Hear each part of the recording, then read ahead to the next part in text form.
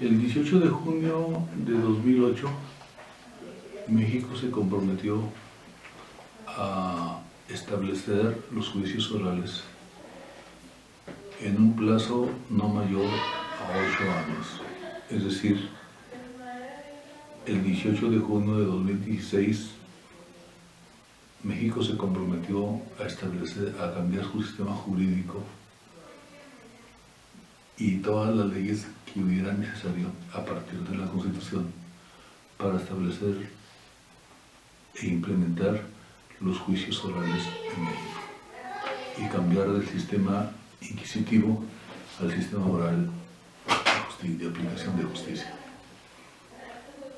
¿Pero qué es el sistema oral en México?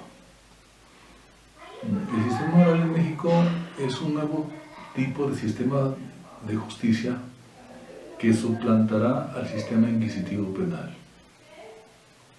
Es llamado sistema acusatorio. Implica una característica muy importante con respecto al avance a la corrupción y a los juicios precarios. Lo primero será investigar, que se explique el origen de ambos sistemas, inquisitivo y acusatorio, y luego se presenta un desarrollo de las características del nuevo sistema.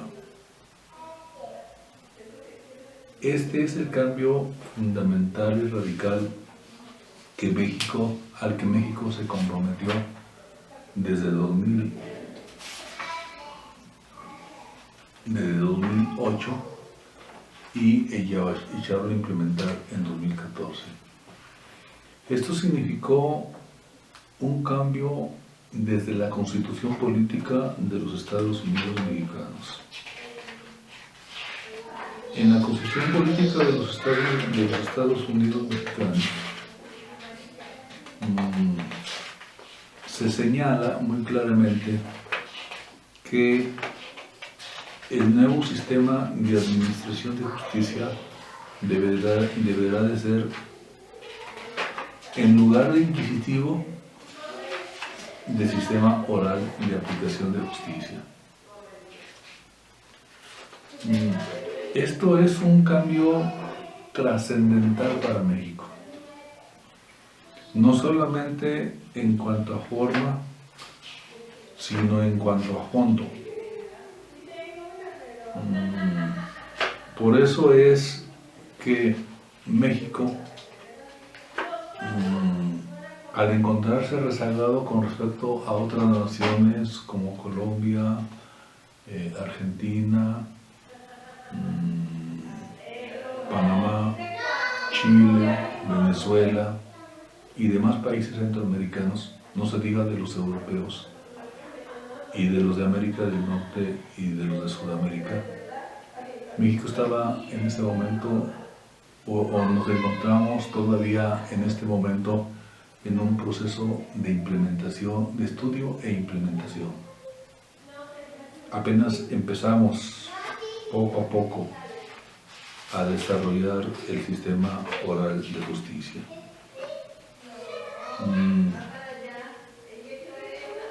Esto ha cambiado de una manera radical la forma de actuar, no solamente de unas cuantas personas, sino también, sobre todo y encima de todo, de una aplicación de justicia donde se desarrolle el sistema oral de justicia. Esto es muy importante, es importantísimo para los mexicanos. En el artículo 20 constitucional se señala muy claramente: el proceso penal será acusatorio y oral. Se regirá por los principios de concepto, de publicidad, de contradicción, de concentración, de continuidad e imitación. Este proceso significa un cambio radical. porque se dice que el proceso tendrá por objeto el establecimiento de los hechos. Toda audiencia se desarrollará en presencia de un juez. Para los efectos de la sentencia, solo se considerarán como pruebas aquellas que hayan sido desahogadas en la audiencia de juicio. La carga de prueba para demostrar la culpabilidad corresponde a la parte acusadora. Ningún juzgador podrá tratar asuntos que estén sujetos a proceso en cualquiera de las partes sin que esté presente la otra. Una vez iniciado el proceso penal, siempre y cuando, claro, obviamente no exista oposición del inculpado, se podrá decretar su terminación anticipada en los supuestos y bajo las modalidades que determine la ley. El juez solo condenará cuando exista convicción de la culpabilidad del proceso. Cualquier prueba obtenida con violación de derechos fundamentales será nula. Y los principios previstos en este artículo, o sea, en el artículo 20, se observarán también en las audiencias determinadas del juicio. Esto significa que se parte de un principio constitucional donde se señala que toda persona se presumirá inocente a menos de que se demuestre lo contrario. Entonces, bajo este concepto, ahora ya no el culpable bajo el sistema inquisitivo, ahora es imputado. ¿O qué se refiere a esto? A que se asuma y que se presuma su inocencia mientras no se declare su responsabilidad mediante sentencia emitida por el juez de la causa. El imputado puede declarar o guardar silencio. El imputado tiene derecho a que se le informe. Debe de estar suficientemente informado. Se recibirán los testigos y demás pruebas pendientes que se ofrezcan. Será juzgado en audiencia pública por un juez o tribunal. La publicidad solo podrá restringirse en los casos de excepción que determine la ley.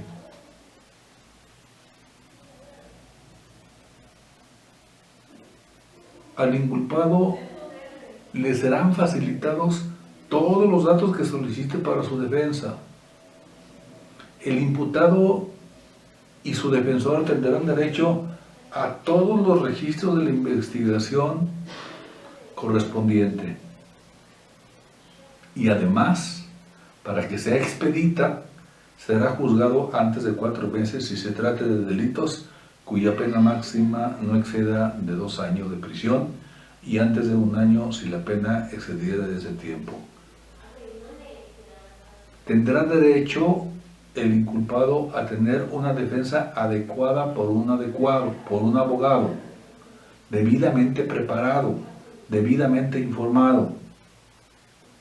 En ningún caso podrá prolongarse la prisión o detención, porque se estarían violentando los derechos humanos.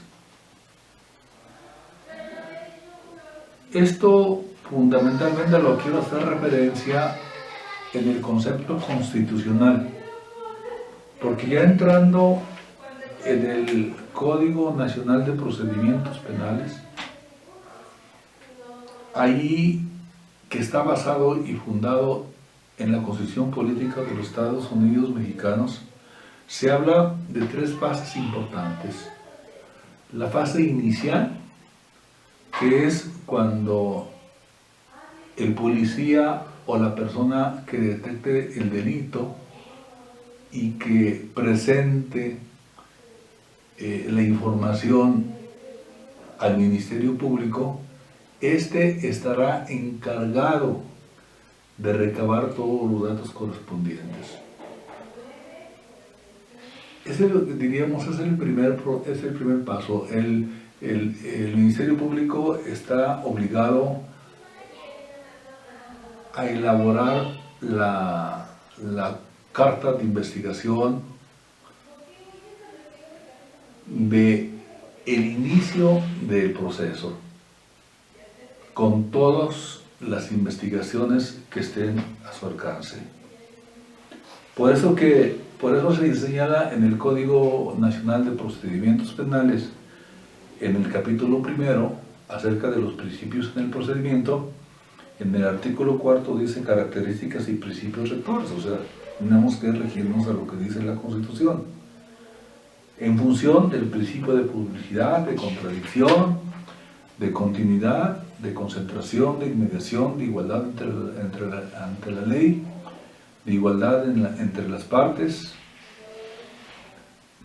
de juicio previo y debido proceso, de presunción de inocencia que ya señalaba que viene desde la Constitución, el principio de la prohibición de doble enjuiciamiento, y también se habla en el Código Nacional de Procedimientos Penales de los derechos en el procedimiento, derechos a la intimidad y a la privacidad, de justicia pronta. O sea, ya no se puede detener a una persona durante 3 o 4 años y todavía no recibir la sentencia correspondiente.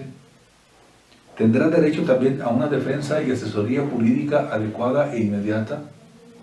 Derecho a ser informado de sus derechos. Y sobre todo, derecho al respeto a la libertad personal. Podemos abundar muchísimo en todo esto, pero realmente son conceptos que nos van a llevar o que le está llevando a México mucho proceso, mucho tiempo, y nos va a llevar muchos años en poder llevar e implementar el sistema oral en México, no en la Ciudad de México, en México.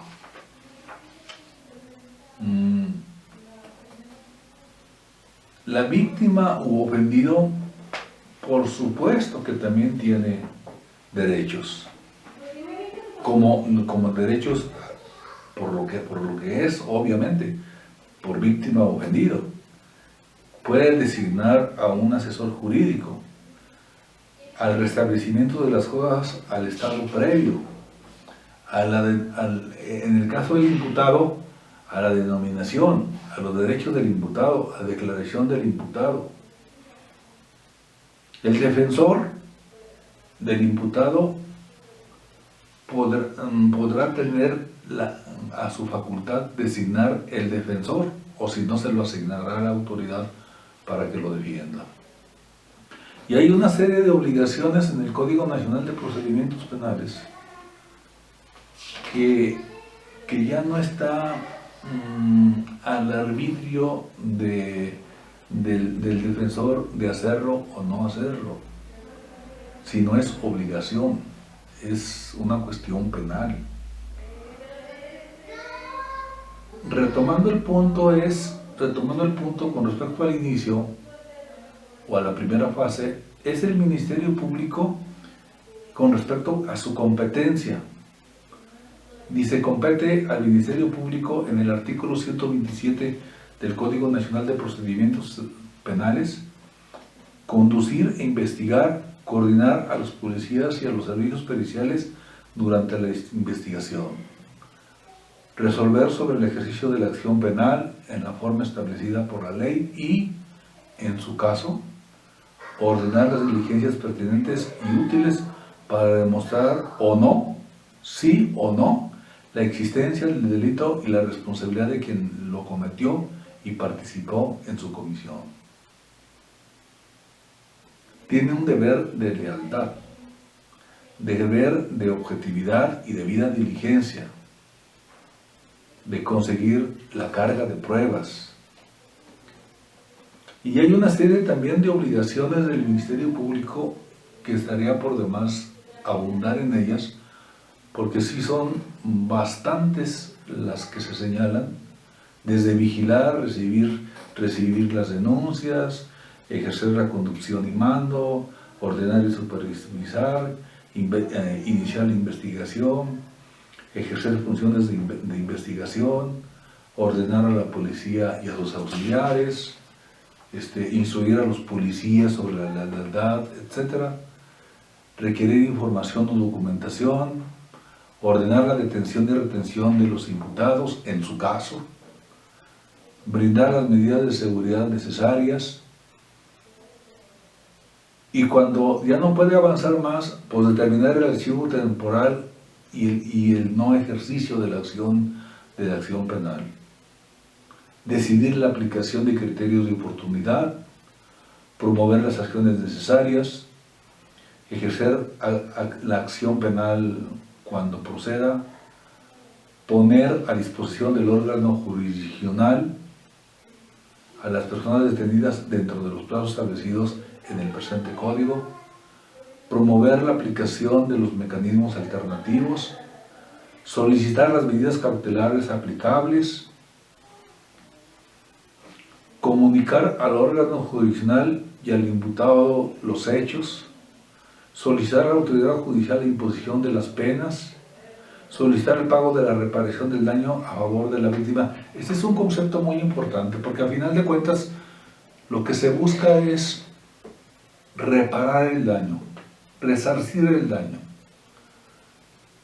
por una parte. Y por la otra parte, en cuanto al delincuente, insertarlo, o sea, cambiarlo e insertarlo a la vida normal de la sociedad.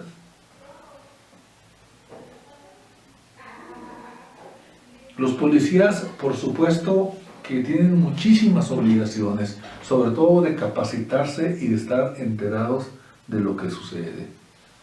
Saber llenar una hoja con respecto a los hechos o elementos con que se encuentre, firmarlo, presentarlo ante la gente del Ministerio Público. Todo esto conlleva un proceso, no es tan simple, no es tan sencillo. Es un proceso que va a durar bastante tiempo y al país le va a costar mucho dinero el hacerlo.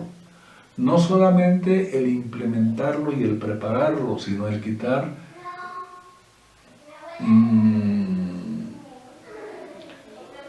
prácticas anteriores que no se comparten ahora en el sistema oral de justicia. En cuanto a los jueces y magistrados, su competencia jurisdiccional, todo esto conlleva a que realmente se aplique un sistema donde nos permita que la justicia se aplique para igual para todos, que sea rápida, que no sea onerosa para el Estado, que las cárceles no estén saturadas de delincuentes y muchos de ellos que todavía no han recibido la pena, aún la culpabilidad, aún cuando ya llevan 3 o 4 años privados de la libertad. Esto es lo que a mí en lo personal me parece muy difícil de lograr.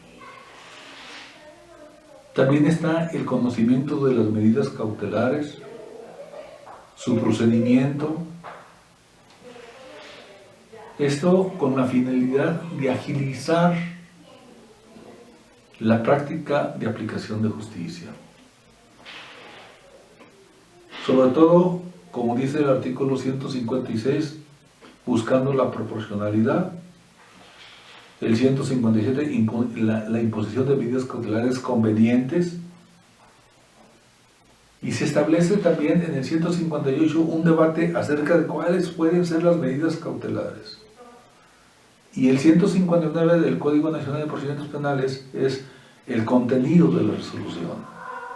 Todo esto es mucho trabajo, muchísimo trabajo, pero yo creo que en lo personal es un trabajo de fondo, porque actualmente la mayoría de los centros penitenciarios están llenos de información, pero no de soluciones. Aquí en este caso obligaría a todos, a todas y todos, a una supervisión de las medidas cautelares. Quien no tenga por qué estar privado de la libertad, pues debe de salir, porque no hay culpa que perseguir. Puede haber incluso la suspensión condicional del proceso, o sea, actualmente México gasta más de 31 millones de pesos diarios, nada más en la pura manutención de los prisioneros en las cárceles mexicanas, lo que resulta bastante oneroso. Y aquí se habla también de un procedimiento abreviado. Si se resarce el daño y el culpable acepta su culpa, pues ya es un procedimiento abreviado, ya no hay nada que seguir, no hay necesidad de seguir adelante, ¿sí? Ni para el inculpado, ni para el culpado, ni para el inculpado, ni para la víctima, ni para la autoridad, o sea, ya no existe necesidad, hay que agilizar la práctica de la administración de justicia.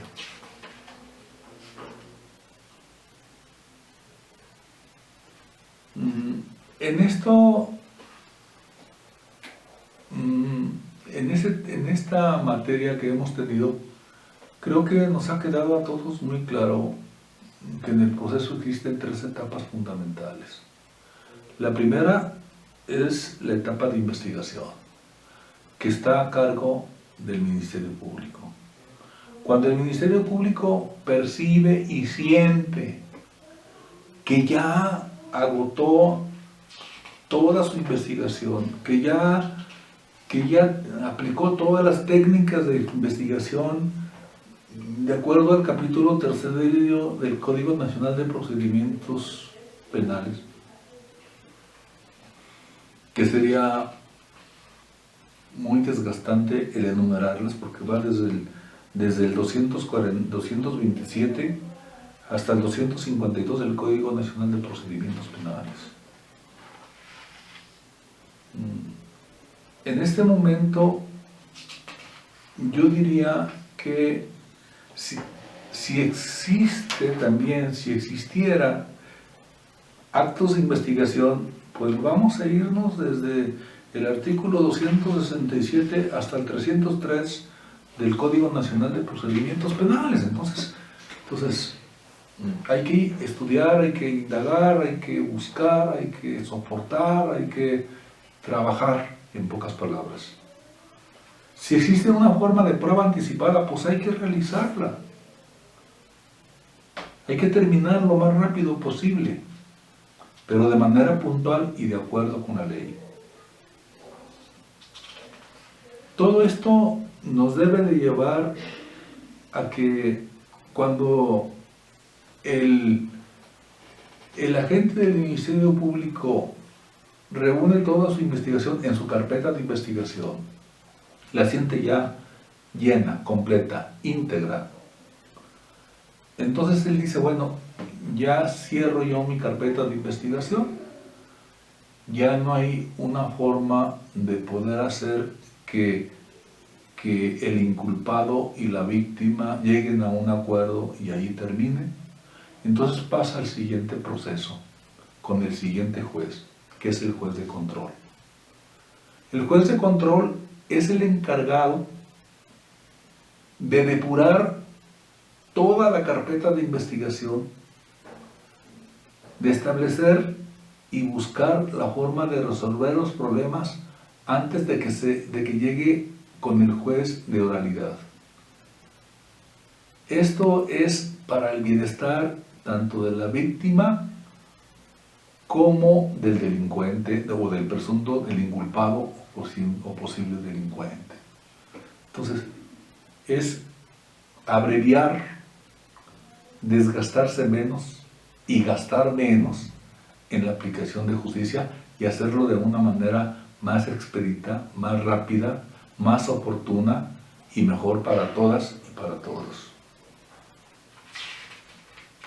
Sí, me gustaría a mí mucho abundar en todo el articulado de la audiencia lineal desde el 307 del Código Penal de Procedimientos Penales hasta el 324,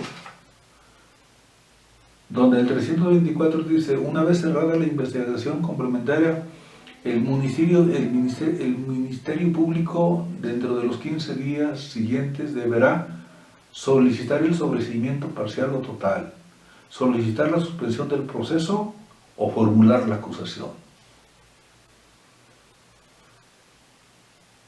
Ese es lo que busca la gente del Ministerio Público.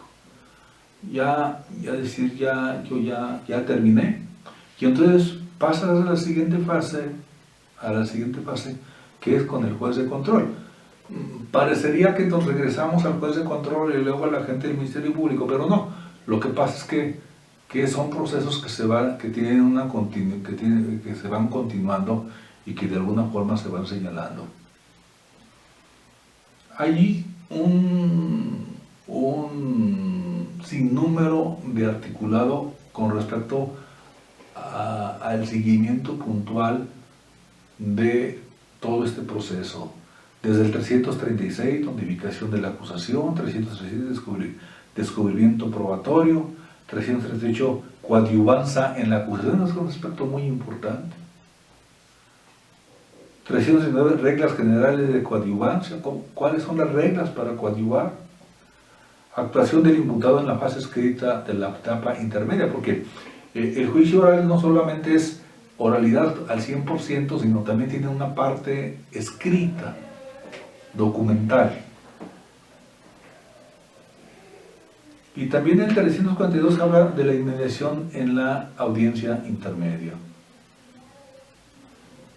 Antes del auto de apertura a juicio, o sea, antes de finalizar la audiencia, el juez de control dictará el auto de apertura a juicio oral que deberá indicar. Y aquí vienen una serie de pasos que deben decidirse desde el Tribunal de Enjuiciamiento competente para celebrar la audiencia de juicio, la individualización de los acusados, las acusaciones, los acuerdos probatorios, los medios de prueba admitidos, los medios de prueba que en su caso deberán de desahogarse en la audiencia de individualización de sanciones, la medida de resguardo de la identidad y datos personales, si así conviene, las personas que deban ser citadas a la audiencia de debate y los medios cautelares que hayan sido impuestos al acusado. Todo esto debe de desahogarse fundamentalmente para que el juez de oralidad solamente tenga conocimiento oral, como así se dice, de los hechos más importantes, más trascendentales, más fundamentales, para que entonces empiece, de acuerdo al 348 del Código Nacional de Procedimientos Penales, el juicio, que es la etapa de decisión de las cuestiones esenciales del proceso. Dice que este se realizará bajo la base de la acusación, en la que se deberá asegurar la efectiva vigencia de los principios de inmediatez, publicidad, concentración, igualdad, contradicción y continuidad. Entonces todo esto es fundamental para todos nosotros, tanto para los abogados que ya tienen mucho tiempo, para nosotros que apenas empezamos a conocer el juicio de oralidad. También habla de principios en el 351, principio de suspensión, principio de interrupción, principio de motivación. Terminaba diciendo que el juez de oralidad es la última etapa del Código Nacional de Procedimientos Penales. En sí, el juicio es la etapa de decisión de las cuestiones esenciales del proceso. Aquí es donde se debe de poner en consideración las pruebas fácticas o las teorías fácticas, la teoría jurídica, la teoría probatoria. El juez de oralidad irá acompañado de dos jueces auxiliares. Estarán presentes el Ministerio Público, la víctima, la defensa, el imputado, con la finalidad de que el juez de oralidad pueda dictar la sentencia de culpable o inocente.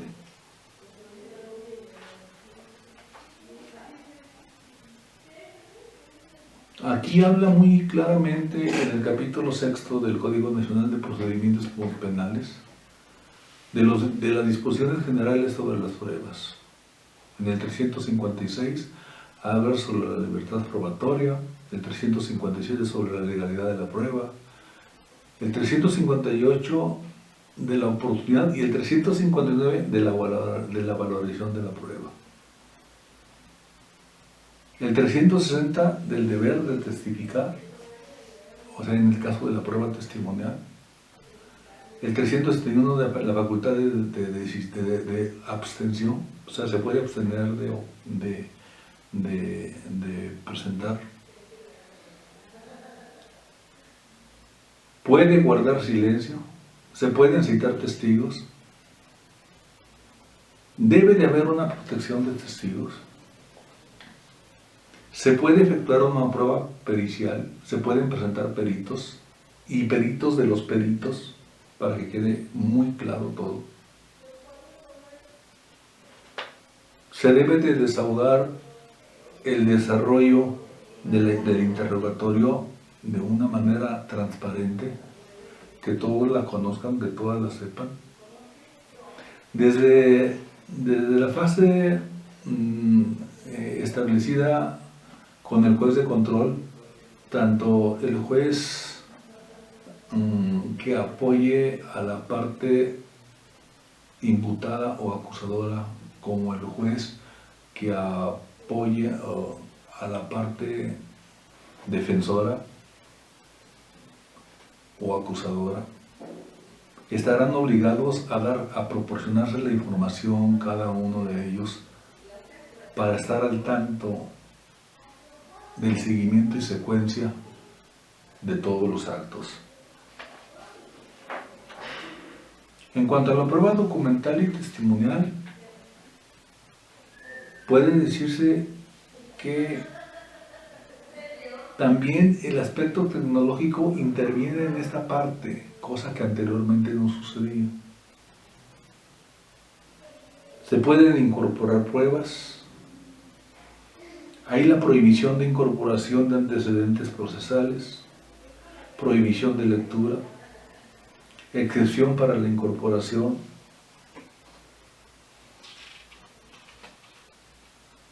También se prevé en la sección cuarta la declaración del acusado. El acusado también puede y debe de declarar. En cuanto al desarrollo de la audiencia,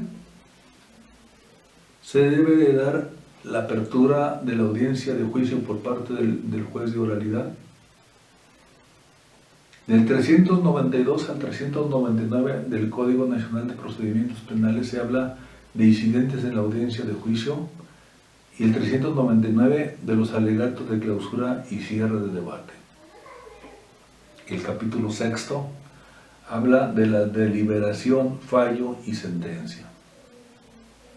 El artículo 400 habla de la deliberación. Y el 401 habla de la emisión del delito. Y el fallo del juez de oralidad podrá ser absolutorio o condenatorio. La decisión se toma por unanimidad o por mayoría de los miembros del tribunal. Y la relación sucinta de los fundamentos y motivos que lo sustentan. Todo esto con base en derecho. En el 403 del Código Nacional de Procedimientos Penales habla de los requisitos de la sentencia. Es por demás señalarlos, dado que pues son bastantes, al menos aquí se enumeran 10. Desde la mención del tribunal hasta la firma del juez o de los interrogantes del tribunal de enjuiciamiento, de la redacción de la sentencia absolutoria en caso de ser absolutorio. Entonces todo esto de la sentencia condenatoria, que la sentencia condenatoria, una parte puede ser la privación de la libertad, donde se fijará el tiempo y los términos fijados para tal efecto. La remisión de la sentencia en el 413, el tribunal de enjuiciamiento dentro de los 3 días siguientes a aquel en que la sentencia condenatoria quede firme, deberá remitir copia autorizada de la misma al juez que le corresponda la ejecución correspondiente y a las autoridades penitenciarias que intervienen en el procedimiento de ejecución para su debido cumplimiento.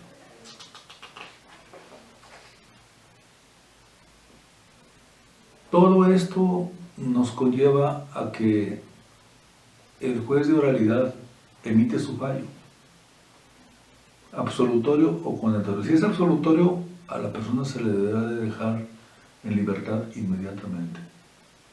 Si es condenatorio, se buscará sobre todo el resarcimiento del daño y en su caso las penas que deba de sufrir el culpable. Todo esto con base en derecho. Hablamos de los procedimientos para personas imputables desde el 414 del Código Nacional de Procedimientos Penales, incluso hasta, diríamos, hasta el sentido del 465 o del 466.3, efectos de la impartición de los recursos correspondientes. Anteriormente se habla de las formas específicas de asistencia, de la asistencia informal, de las disposiciones comunes, etc. Se puede apelar. Aún así, con la sentencia se puede apelar. Hay reglas generales de aplicación a la apelación. En el 467 se establece muy claramente. Para el trámite de la apelación está desde el 471 al 484 donde se presentan las pruebas correspondientes. ¿Para qué? Para que la apelación proceda. Y a final de cuentas, ¿qué es lo que se busca? El reconocimiento e inocencia del sentenciado y anulación de la sentencia. Con todo esto, incluyendo el 485 causas de adquisición de la acción penal, que es el cumplimiento de la pena, muerte del acusado, reconocimiento de inocencia, perdón de la persona ofendida, indulto, amnistía, prescripción, supresión del tipo penal, existencia de una sentencia anterior, el cumplimiento del criterio de oportunidades, el reconocimiento de inocencia. Significa que en lo anterior hubo algo que falló, lo que le llaman la estrellita, la prueba estrella, la que puede anular todo el proceso y tener por reconocida la inocencia de la persona que es señalada como culpable. Por consiguiente, existe la anulación de la sentencia. Y además, existe en el 490 del Código Nacional de Procedimientos Penales la posible indemnización. Adicionalmente a esto, la maestra nos hizo el favor de las pruebas que se pueden presentarse adicionales a estas, que puede ser pericial, documental, testimonial, intención judicial, material, superviviente. ¿Superviviente qué significa? Pues que es la prueba que quedó al final y que en cierta forma puede echar abajo todo el proceso que se siguió anteriormente.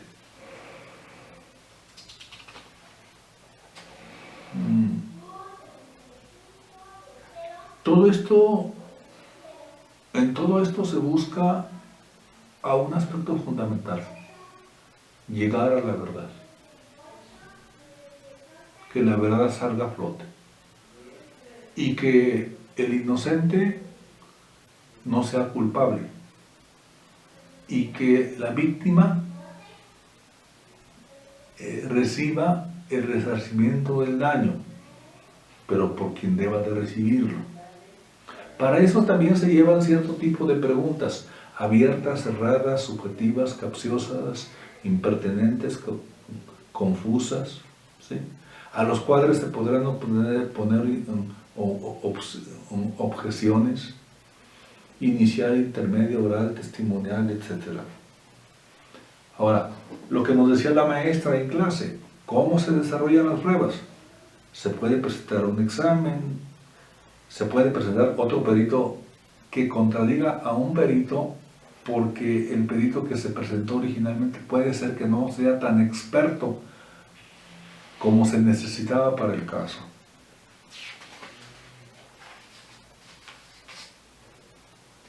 Lo que sí es cierto es que la sentencia del juez oral debe ser fundada, clara y concisa. La ejecución puede ser corporal y económica. Las garantías pueden ser penales, criminales, castigo, la judicial y ejecución del castigo. Aquí diríamos que ya cuando termina el juez de oralidad y es aceptada la sentencia, ya no hay ningún acto de impugnación ya no hay ninguna prueba que eche abajo lo anterior. Entonces, el juez de oralidad pasa toda la información o todo el hecho, todo el caso, a un juez que se llama el juez de ejecución. El juez de ejecución debe de buscar sobre todo la garantía de los derechos del preso, su beneficio en cuanto a la prelibertad, puede ampararse, puede apelar, puede haber un caso de causación, puede solicitar una revisión, y en su caso el juez de sentencia, el juez de ejecución, el que ya ejecuta, pues puede estar vigilando su duración, su modificación, puede ampliarla, puede bajarla, puede sustituirla, puede extinguirla, puede modificarla.